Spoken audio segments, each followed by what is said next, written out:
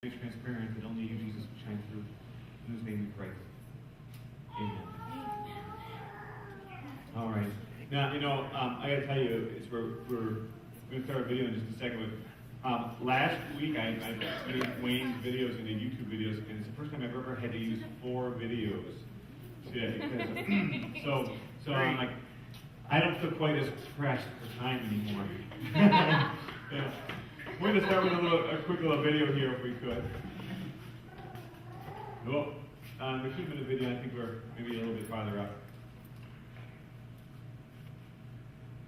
Looks like a bunch of cars. That's the Incredibles on it. There we go.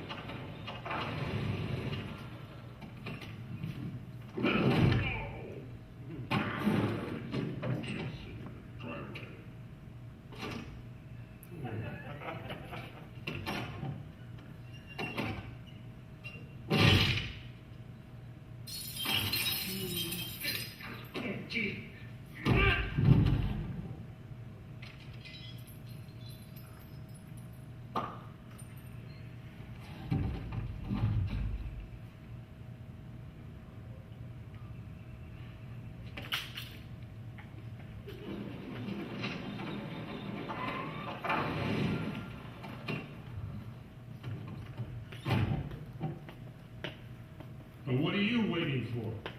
I don't know. Something amazing, I guess. Me too, kid.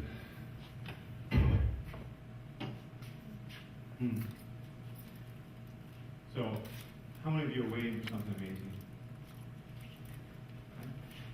I was thinking about this, that Easter and wrestling with what this is all about. I'm realizing that, we talk about pain and brokenness, but most of the time, life is kind of like that. It's just, there's sort of this day-to-day kind of, going from thing to thing and waiting for something amazing to happen. And I think we forget that we're hungry for that, something amazing, something that just goes beyond the day-to-day and the things we're going through. And there's got to be something more than this. And I think there's also that sometimes things break in where we feel that pain and we really are longing for God to break in. And I can remember when I was a kid, and maybe I think I better share with you this story, but when my dad died, I can remember having a dream. I was 13. I had this dream where in the dream I came downstairs and in a resort we had this bar, so my dad is sitting at the bar stool and he's there, in his t-shirt and jeans, and I find out that he was like a secret agent and they had faked his death because he was undercover. Now the mission was over, it was a success, and he could come out and say, no, he hadn't really died. Of course, I woke up and it was a dream. But I think in this life there is that longing too, that this day really, I think, reaches into our life to address them. That is this, although it's not just the day-to-day, but is death really the final answer? Is that brokenness really what's there? And go ahead and flip the next thing if you would. This verse is a verse that I've often used in those situations with people who have lost someone they love. You're having fun. And it's from Revelation, and it says, "He'll wipe every tear from their eyes. Death is gone for good. Tears gone. Crying gone. Pain gone. All the first order of things gone." I even think even that emptiness and the day-to-day emptiness is gone too. But this verse, I used to think of it more as like, for those of us who lost loved ones. Who here has lost someone they love? A friend, relative, right? At some point in the journey. And so to say that death will be undone, all the tears, all the crying, he's just grinning up at me like, "Whoa, this is so cool!" Tony Campolo talks about when he starts his classes at the beginning of each year. He asks people, "How long have you been alive?" And people will, say, 19, 20 years. Some will get down to like days and minutes and seconds. And he says, "No," he said, "that's just not how long your heart has been beating. He says, how long have you really been alive?" And I think what E3 is helping us to see is, you really need to be alive. Just the joy of this moment. Wow, it is so good to be here. And I think, that is part of what God comes to set us free, is to say that life right now here is good. that God undoes all these things, and that promise is coming, and to enjoy that. One of the hardest things, though, I think, is not just losing someone you love, but I remember this hit me, I guess, most clearly when I did a funeral my first call. It was only like a year, not even a year out of seminary. And the senior pastor, we would alternate funerals. So I get this family, and I would sit down with them and talk to them. And I like to hear about the person that they'd lost. Well, and what they shared was it was their father who had died. And their mother had died some years before this, and so they were taking care of the funeral. But their father had left their mother when their younger sister was like less than a year old. Right? And she'd never known him, and the mother was left, I think they had like 5 or 6 kids. It was a very difficult time, and the dad was not there at all. And his friends would say how he would watch the paper for things about them, but he hadn't been there for them. And so they were doing this funeral for him, who they really did care for, but there was no one else to do it. And it hit me when I was reading that passage, and I think this is part of the promise of the resurrection, of what and why, in many ways, is a friend said why Jesus had to die and not just get a 24-hour bug, is this deep brokenness that we create in our relationships, and how do we deal with it. And then what that passage is saying is, in this day is more than just the promise of being with our loved ones again, that all that brokenness in our lives, even that God will undo. That God will bring healing to those places too.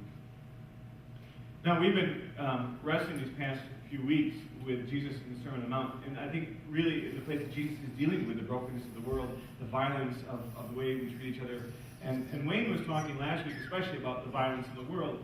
And one of the things that hit me is that, it's more than just, that we shoot each other more often than any other nation of our level of civilization.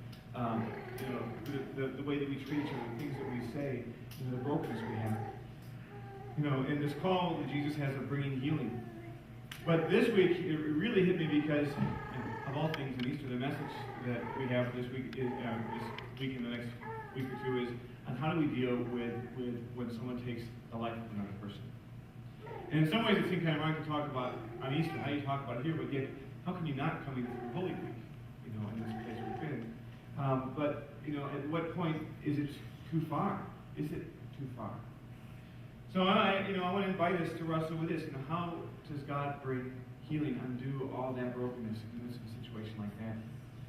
I'm going to ask you to do something right now. This will be a little difficult. We're going to watch an execution. This is an execution I want you to see.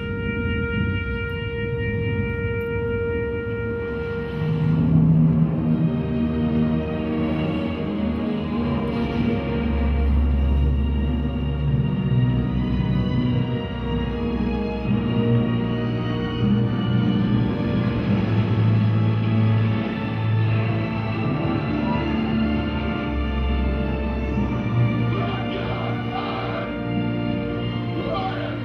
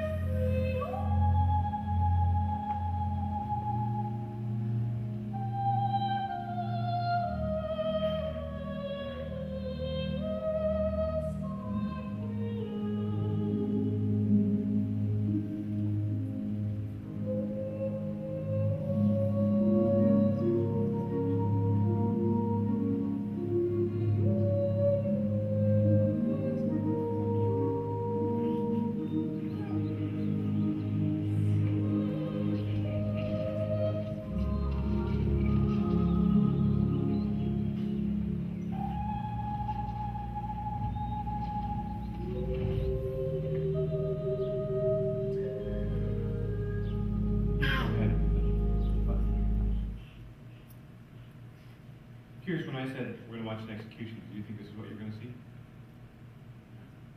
When we think about Jesus dying, we say, we ask about it, do we usually think of Jesus as being executed? Usually when we talk about Jesus' death, we say things like his sacrifice. We use all these theological interpretations people have had. This is, God dies for us, of God laying on his blood. Did you ever think about the fact that he was executed by the state? Right. I mean, if it was now, what would we be wearing around our necks instead of crosses? Syringes, electric chairs, nooses. And what was interesting, I mean, we understand as people, faith and reading the story, we feel like what happened was not a just execution. It was the state using its power to take a life of someone who had not taken someone else's life. However, lots of studies have shown that we have also done this in every country that has used, execution. What did you notice about the people there, his family? Could you see the emptiness, the pain? Can you imagine being the mother receiving the dead body of her son? Is there any power of the person who's dying to resist? There's no power to resist his own death. To stand. And I think this is something that I'm in some ways really amazed that we as people of faith, especially as Christians, don't wrestle with more, because we follow someone who we say God came down to us within his life, and he was executed by the state of time because he was a threat to them. And how do we deal with that? And we hardly ever talk about that. We put it in our religious language of heaven and the hereafter, but we don't talk about what does that mean for us and how we deal with the world